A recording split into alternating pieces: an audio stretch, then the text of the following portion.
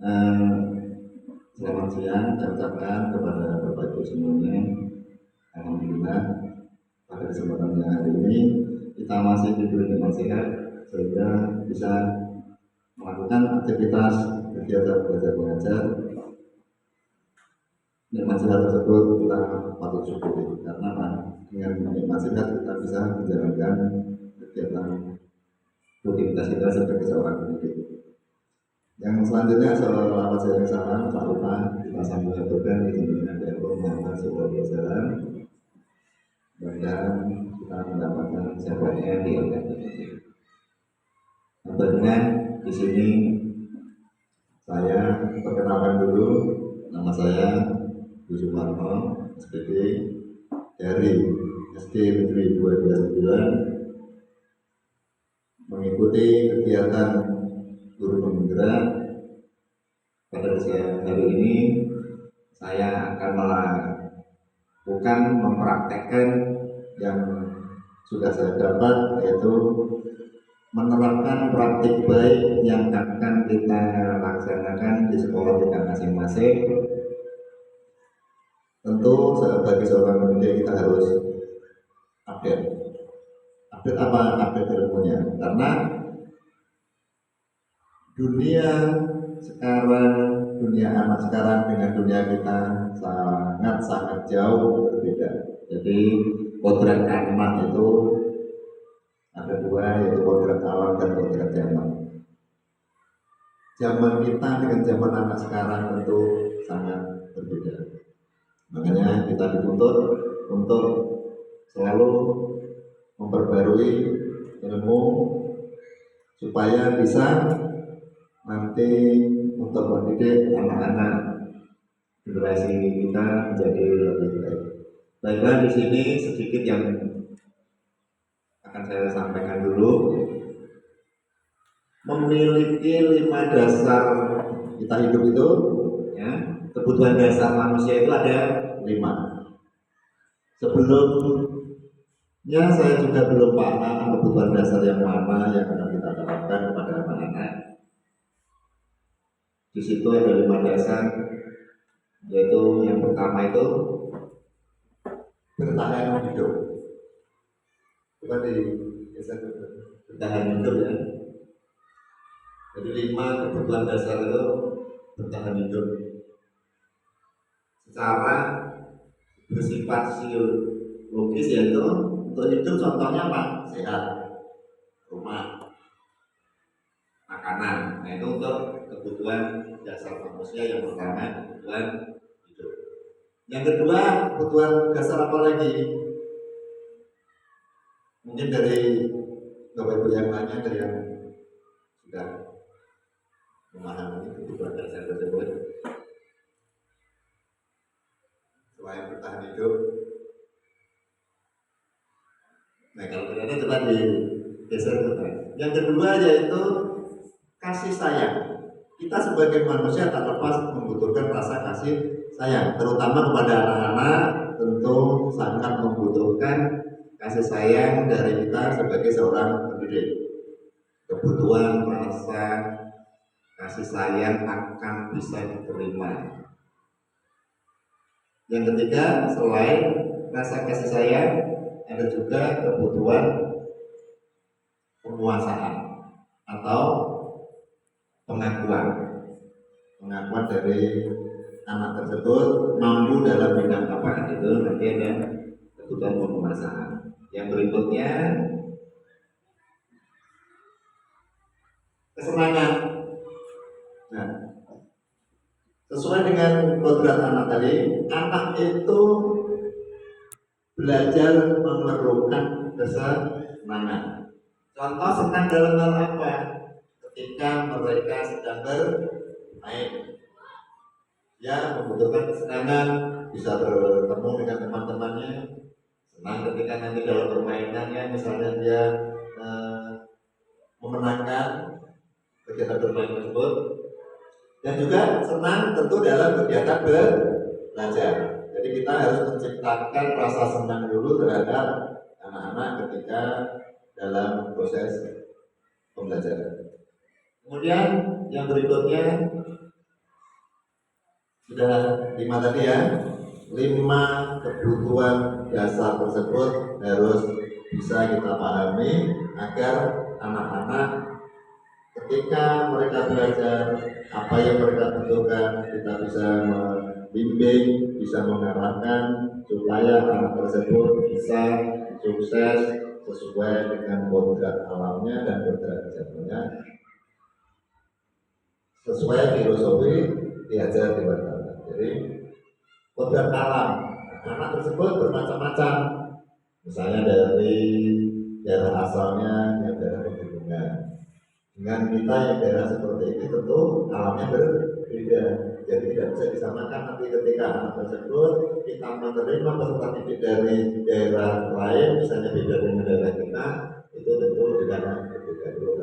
Kalau pada zaman tadi, sebagai contoh, zaman kita waktu masih SD, kita belum mengenal gadget, belum mengenal HP. Nah sekarang, bahkan anak-anak sekarang bisa dikatakan lebih pintar memainkan gadget daripada kita. Nah kalau kita tidak mau update, tentu nanti akan ketinggalan dengan anak. Jadi kita harus selalu memperbarui pengalaman-pengalaman, bisa melalui workshop-workshop yang dilaksanakan di kegiatan lagi, ataupun melalui daring. Kalau sekarang ada banyak sekali kegiatan yang dilaksanakan melalui daring. Penerapan tadi yang intinya akan saya sampaikan, penerapan praktik baik. Di situ kita sebagai guru harus mampu memahami yang namanya segitiga restitusi.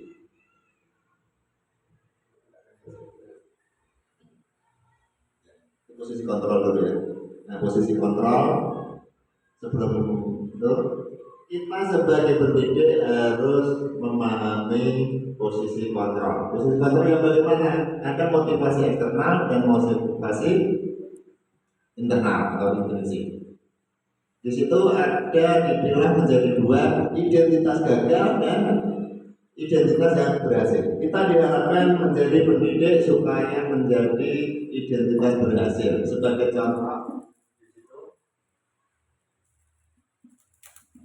perilaku kontrol negatif. Ada perilaku kontrol negatif dibagi menjadi 2 sebagai penghukum dan membuat orang merasa bersalah. Tidak ada manusia sempurna, mungkin tidak kita sadari, tidak kita pungkiri, kita sering melakukan penghukum dan membuat orang merasa bersalah terhadap peserta didik kita. Sebagai contoh di situ guru yang berbuat. Guru yang berbuat yang bagaimana yang dimaksudkan penghukum? Dengan perbuatan menghardik, menunjuk-nunjuk, menyakiti, terus ada lagi menyindir. Itu yang dinamakan guru yang berbuat. Berbuat kepada siapa? Kepada anak-anak. Jadi diharapkan kita harus sedikit memperbarui pengetahuan kita. Setidaknya jangan kita sebagai penghukum, atau yang kedua yaitu membuat orang merasa bersalah. Kalau membuat orang merasa bersalah itu dengan cara apa? Berceramah, ngomeli anak-anak kita itu berceramah, dan juga menunjukkan kekecewaan yang mendalam dengan berceramah. Anak yang kita ceramai, yang kita maki-maki, kita marah, tentu anak tersebut akan kecewa, akan memendam rasa yang sangat diingat kepada kita. Oh ternyata bapak itu, ibu guru saya waktu itu menghardik saya, menceramai saya. Jadi rasa kekecewaan yang mendalam. Kalau yang guru berkata, sebagai contohnya, kalau kamu tidak melakukannya, saya akan begini, saya akan begini. Itu juga dikelompokkan dalam identitas gagal. Yang mana kita diharapkan setidaknya pada kelompok identitas berhasil atau sukses tersebut ada 3 yang sebagai teman, kita sebagai teman kepada anak-anak. Yang kedua sebagai pemantau. Yang ketiga sebagai manajer, itu yang paling tinggi tingkatannya. Setidaknya kalau kita tidak bisa menjadi pemantau atau menjadi manajer, kita sebagai teman. Teman untuk siapa? Bagi peserta didik tersebut. Contohnya yang bagaimana sebagai teman? Membuatkan alasan-alasan untuk murid-muridnya. Jadi nanti ada contoh-contohnya juga sebagai teman yang bagaimana. Kalau sebagai pemantau, yaitu menghitung dan mengukur. Contohnya nanti ketika kita memberikan tugas kepada anak itu, kita sebagai pemantau, jadi menghitung. Misalnya anak tersebut sudah melakukan beberapa kegiatan yang sesuai yang kita harapkan dan mengukurnya bagaimana.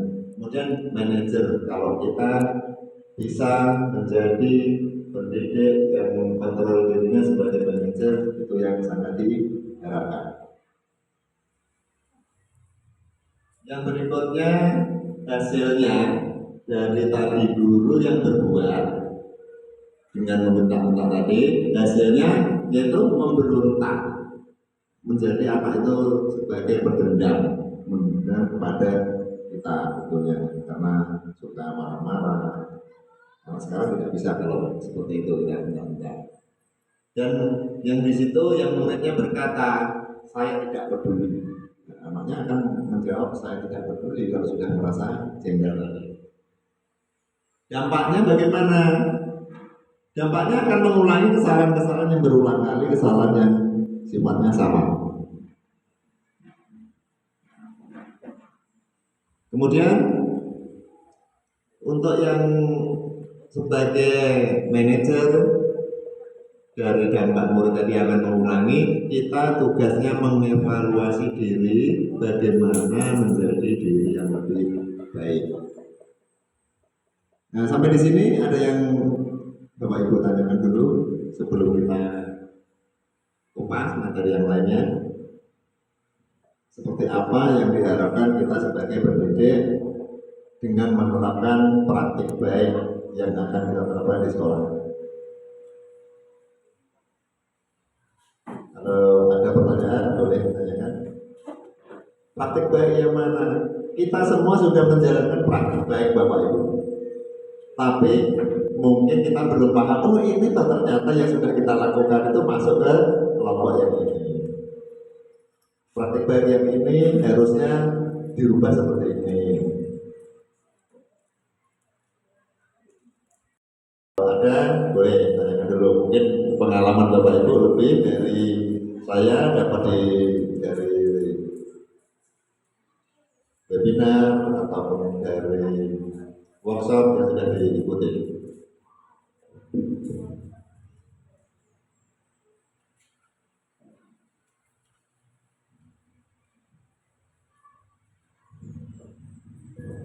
Nah, kalau tidak, ini kemarin saya mendapatkan tugas. Saya dibagi menjadi 4 kelompok, kebetulan saya menjadi kelompok 3 yang akan menerapkan segitiga restitusi tadi. Praktik baik yang seharusnya kita sebagai pendidik setidaknya sebagai teman tadi, pemantau, lebih-lebih kita bisa menjadi manajer. Surat yang kedua,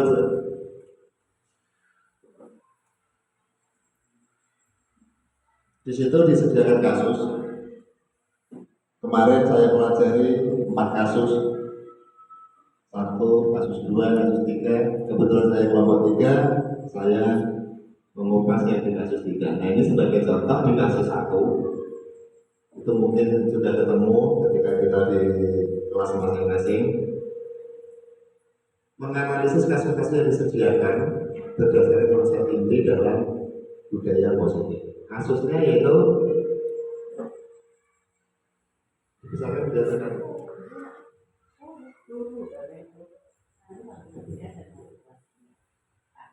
kasusnya itu ada guru matematika dan wali kelas 8, yaitu namanya Ibu Santi yang sedang sakit sehingga tidak dapat masuk dan mengajar. Akhirnya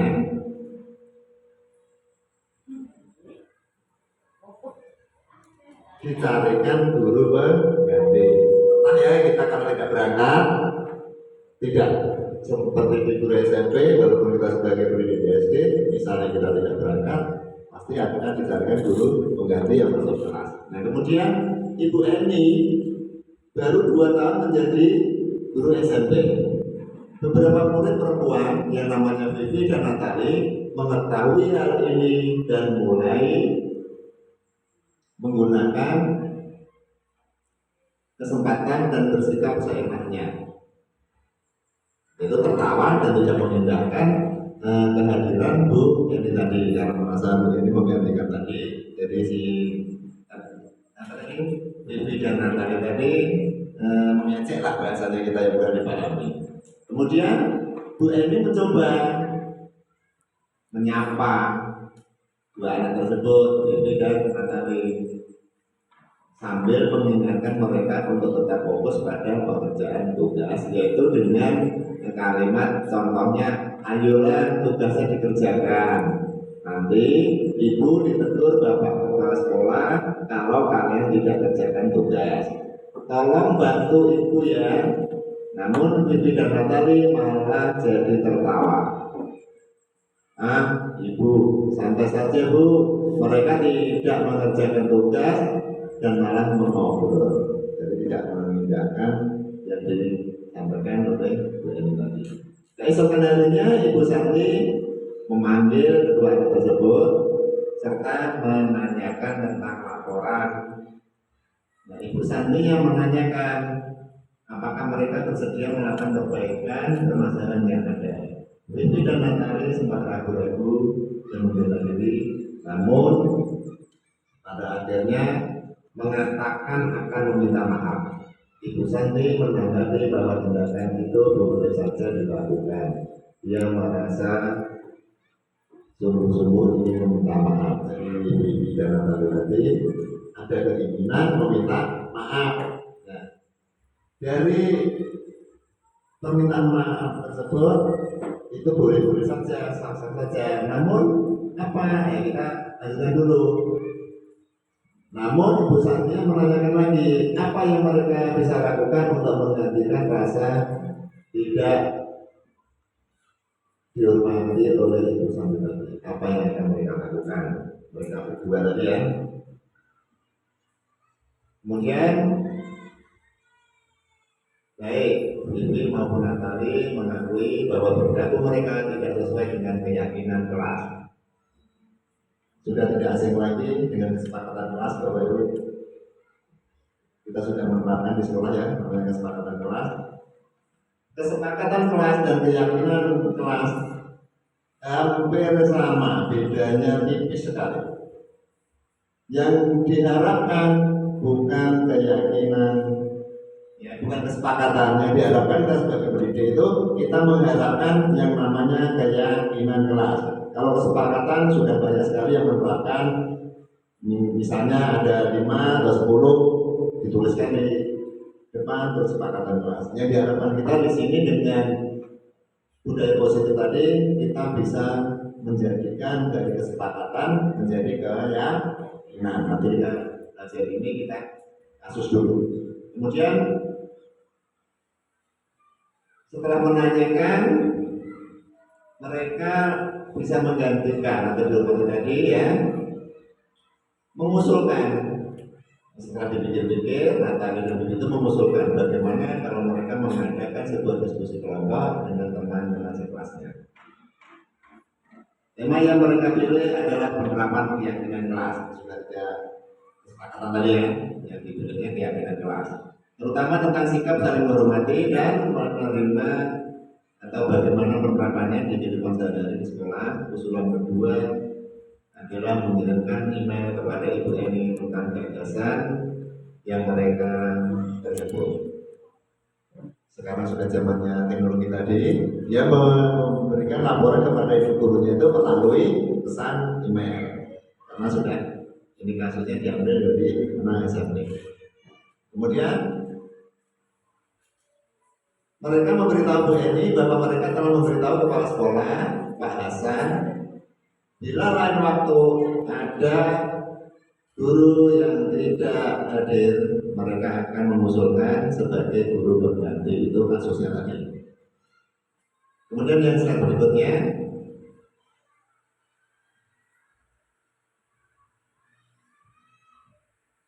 nah itu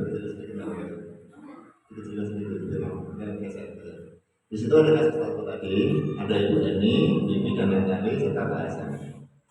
Langkah-langkah restitusi apa saja yang diajarkan oleh Ibu Santi. Jadi langkah yang diambil Ibu Santi yaitu menstabilkan identitas, validasi tindakan yang salah, dan menanyakan keyakinan. Jadi kita ketika menghadapi permasalahan anak-anak murid kita ketika belajar ataupun ketika kegiatan di luar kelas, kita diharapkan bisa menstabilkan identitas. Caranya bagaimana? Nanti ada juga cara untuk menstabilkan identitas. Lanjut slide berikutnya. Setelah anak tersebut kita stabilkan identitasnya, kita tanyakan. Nah, menurut Anda apakah restitusi yang diusulkan Bibi dan Natali sudah sesuai dengan pelanggaran yang telah dibuat? Apakah langkah-langkah restitusi yang perlu diusulkan mereka? Jadi Ibu Santi tersebut sudah sesuai karena yang diambilnya tadi menstabilkan identitas tadi.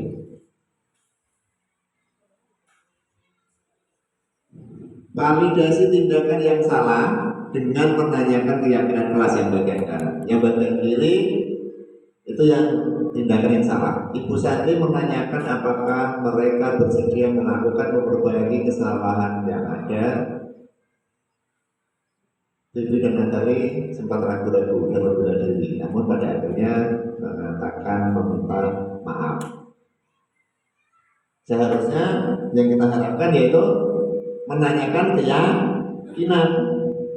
Contoh keyakinannya yang bagaimana? Ibu Santi menanyakan kembali apa yang mereka bisa lakukan untuk menggantikan rasa tidak hormat Ibu Santi.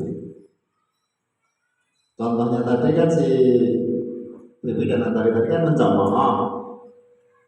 Nah, seharusnya yang ditanyakan itu apa yang mereka bisa lakukan untuk menggantikan rasa tidak hormat. Hampir sama, hanya perbedaannya di validasi tindakan yang salah. Ibu Santi menanyakan apakah mereka bersedia melakukan perbaikan. Jadi langsung memponis anak tersebut sudah salah, apa kamu mau melakukan perbaikan? Langsung. Nah, kalau yang keyakinan, tanyakan dulu apa yang mereka bisa lakukan untuk mengganti. Jadi ditawari solusi itu muncul kepada mereka yang membuat salah. Kan hampir sama, Bu. Tadi jadi memang tipis banget perbedaannya itu. Contoh kita lewatin dulu yang kasus ini. Kesepakatan yang sudah Bapak Ibu buat bisa dicontohkan satu apa saja. Nanti dari kesepakatan kelas kita jadikan keyakinan. Karena juga mengingat waktu dari Bapak Ibu ada yang sudah membuat kesepakatan kelas. Contohnya apa dan kalimatnya. Seharusnya kan menjadi keyakinan. Ada?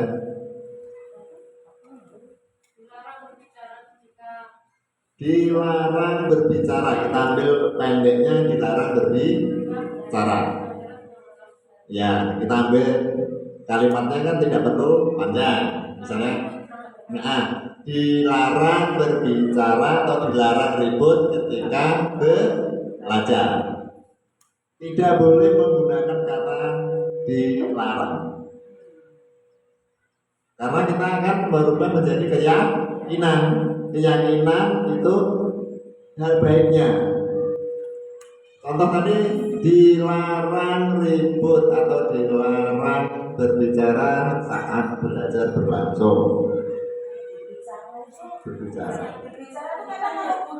Ya, contohnya misalnya Bapak Ibu guru baru menyampaikan, tiba-tiba ada anak yang ngobrol, nah itu yang dimaksud, itu dibuat menjadi kesepakatan. Seharusnya keyakinannya kita praktik baiknya yaitu keyakinan. Kalau dilarang,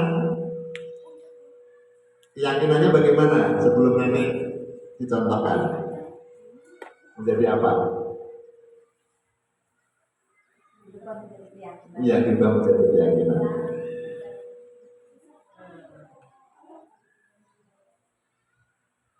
Ada yang tahu?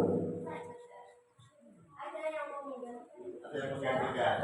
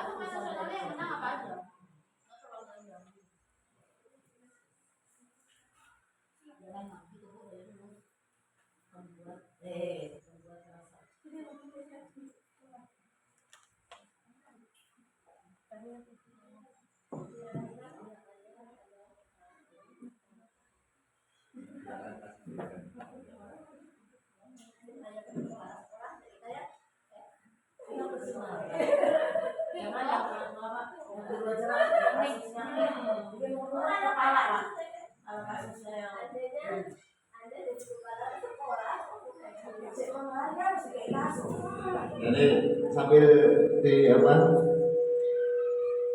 CCTV snack yang sudah ada. Saya lanjutkan contoh yang di kelompok saya kasus 3 itu ya. Kasus 3, Ibu Dani sedang menjelaskan pelajaran bahasa Inggris di papan tulis. Namun beliau memperhatikan bahwa Fajar malah tiduran. Sering kasus-kasus seperti ini kita temui ya. Dan tanpa acuh tak acuh pada pelajarannya, Fajar coba jawab pertanyaan nomor 3.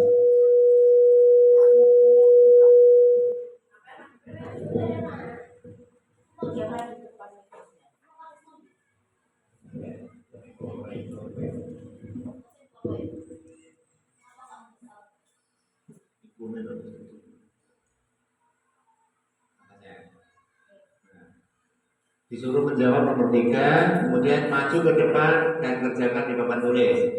Fajar pun tampak malas-malasan maju ke depan dan sampai di depan papan tulis.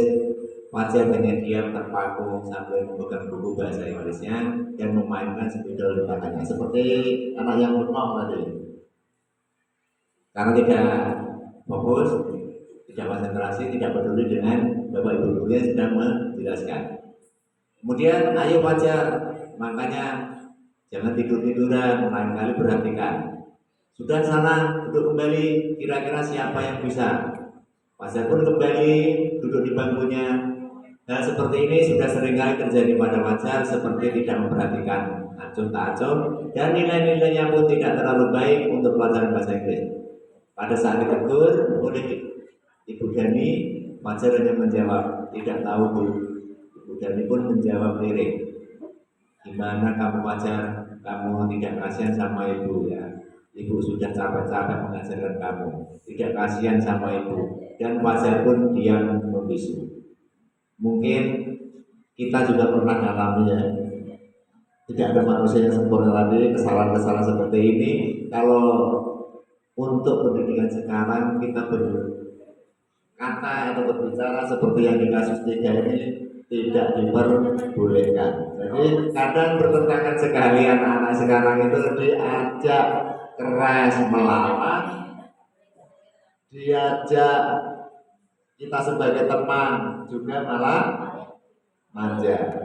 Iya kan Bapak Ibu. Jadi serba susah sebenarnya tantangan kita itu. Kemudian dengan kasus yang seperti ini mungkin dari Bapak Ibu ada yang alami.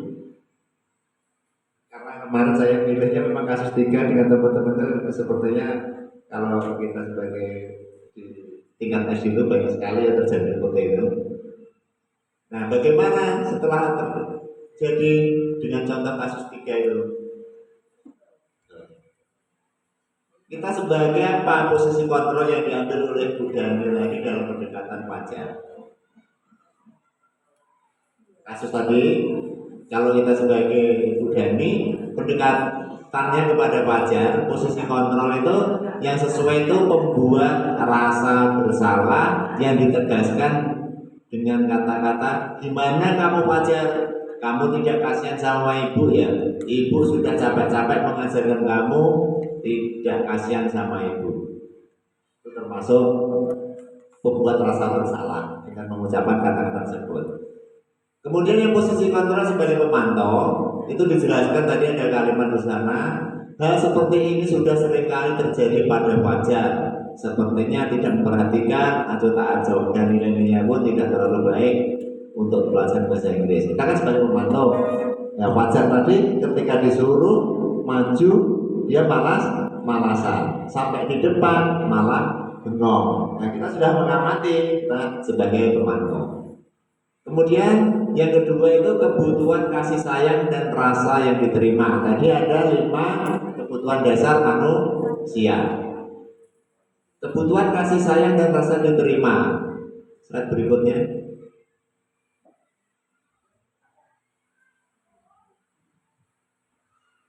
Nah di situ bila mana Ibu Dani mengambil posisi pemantau, apa yang akan dilakukan atau dikatakan olehnya? Pertanyaan-pertanyaan seperti apa yang diajukan? Itu sudah dijelaskan. Bila menjadi pemantau, ada kalimat dalam tersebut wajar mengganti sana duduk kembali, kira-kira siapa yang bisa. Itu kan kita sebagai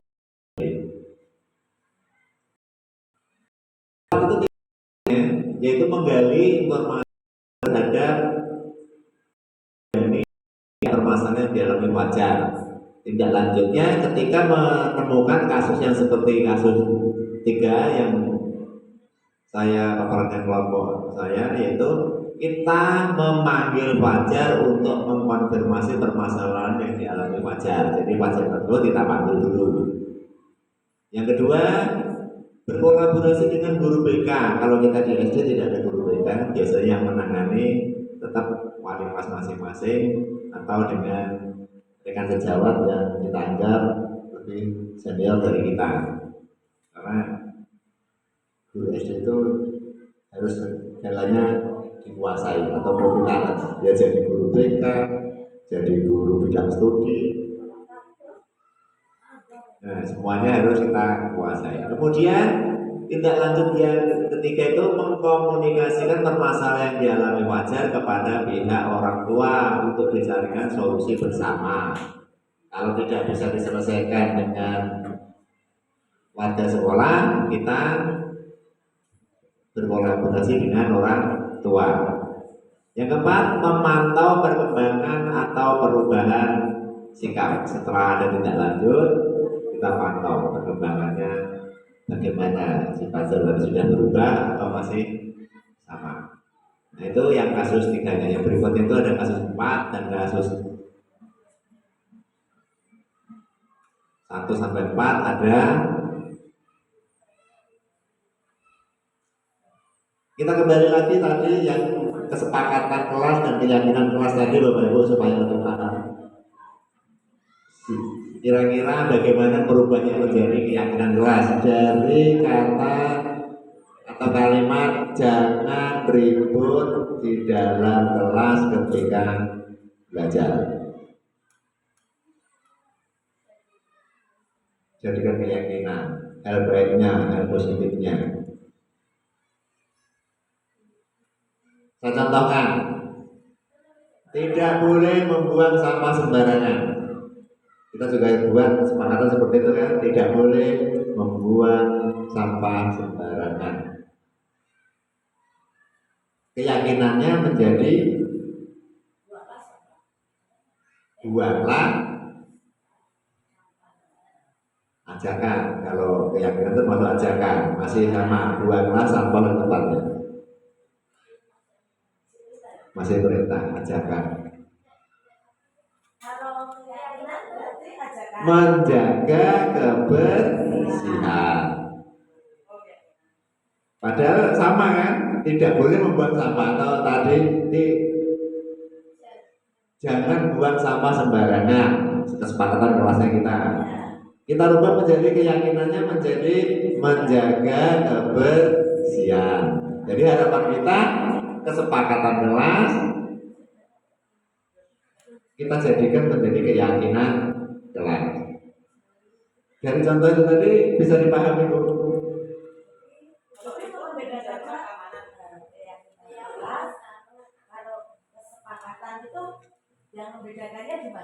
Membedakannya kalau kesepakatan tadi kan kalimat ajakan, maksudnya kan buanglah sampah pada tempatnya, itu kan termasuk perintah atau ajakan. Kayak keyakinan, berarti kalau itu kan menjaga kebersihannya, kita sudah yakin dulu menjaga kebersihan, berarti melihat sampah yang sembarangan, berarti kita sudah hampir. Contoh lagi, ya, kan yakin dulu kita sudah menjaga kebersihan. Oh, berarti kalau menjaga kebersihan sudah tahu sampah berserakan, ya.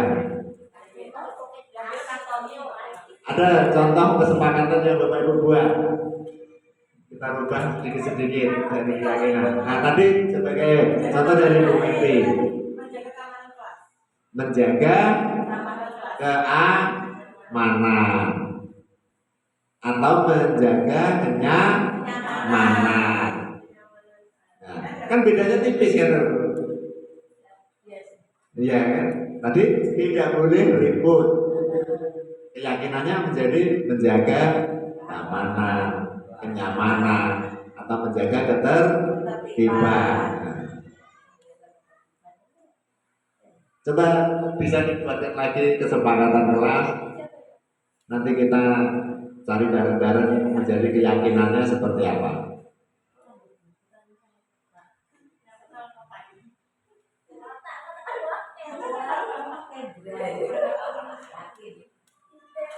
Ada dicontohkan lagi boleh?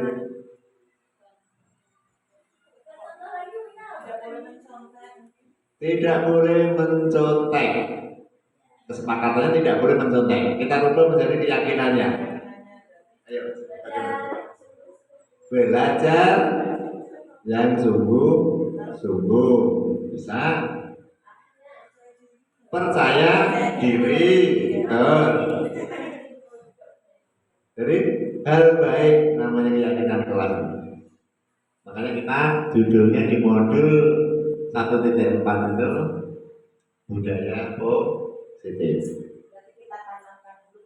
Kita tanamkan keyakinannya kepada anak-anak. Makanya nanti ketika kita membuat keyakinan kelas, ya kita sampaikan ke anak-anak. Misalnya yang kita kenal kemarin kesepakatan kelas. Tidak perlu banyak Bapak Ibu, bisa 5 atau 6 Yang penting 5 atau 6 tadi bisa dipahami, bisa diterapkan. Banyak-banyak untuk apa kalau tidak dijalankan? Nah, nanti misalnya contoh anak muncul, ya anak kita buat keyakinan kelas. Misalnya anak tadi menyebutkan tidak boleh membuang sampah sembarangan bu. Nah, kita arahkan anak. Nah, ini menjadi ini loh menjaga kebersihan. Itu tadi. Ada lagi contohnya boleh? Ayo, bu, nah, ini mungkin ada lagi kesepakatan yang sudah dibuat.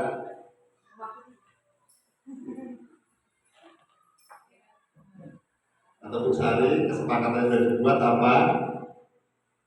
Kita buka jadi keyakinannya. Kita belajar bareng-bareng di sini.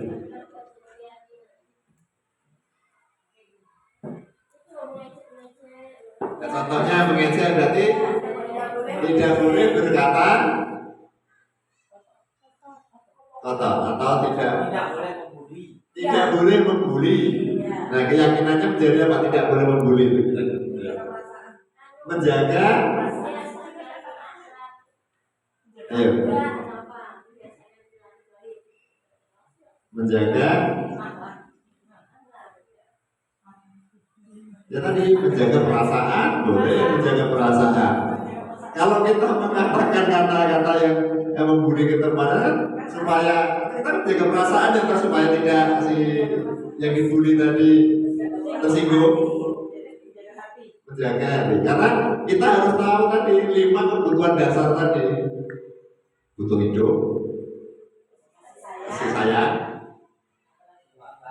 terus penguasaan mampu diakui kalau anak tersebut mampu kan itu harus kita tahu dulu.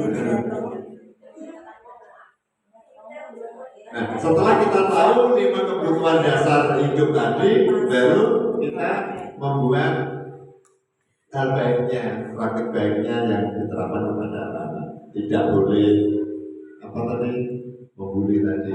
Kita sebagai guru harus menjadi posisi kontrol yang tadi. Jadi posisi kontrol yang pertama itu menstabilkan identitas. Contoh kalau anak sudah berbuat salah, kemarin saya terapkan kasus di sekolah, saya juga sudah hampir. Contohnya anak tersebut datang terlambat atau tidak mengerjakan PR, kan banyak sekali kasus, ya kan? Kemudian tidak datangnya lalu tidak tepat waktu tadi, kita panggil dulu anak tersebut. Setelah kita panggil, kita tanya dulu, kenapa kamu kemarin tidak sekolah? Nah, nanti anak kan akan menjawab. Kita stabilkan dulu identitasnya. Setelah dijelaskan, saya tidak sekolah, alasannya begini pak, begini bu. Nah kemudian kita pancing lagi, kita gali lagi. Kita tanyakan keyakinannya. Menurut kamu kemarin tidak berangkat itu sudah benar atau salah? Tentu anak nanti ingat keyakinan yang sudah kita buat, misalnya salah pak. Nah, setelah kamu mengaku kesalahanmu, kita kan stabilkan dulu identitas anak tersebut supaya tidak takut, tidak menjadi pendendam. Kita bawa lagi, memang kita dituntut sebagai guru BK sebenarnya. Kemudian setelah dia mengaku kesalahannya, kira-kira kamu akan mengulangi lagi atau tidak?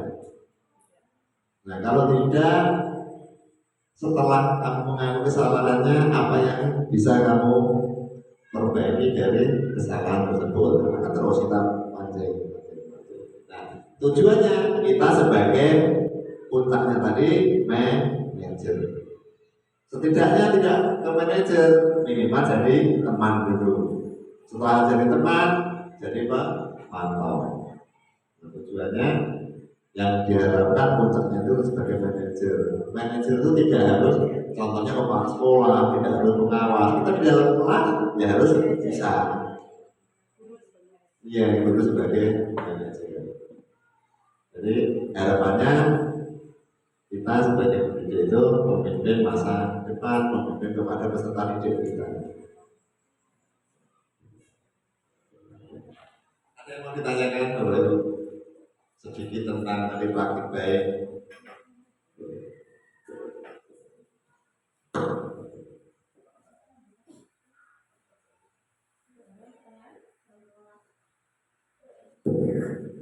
Kalau ada yang mau ditanyakan, silakan.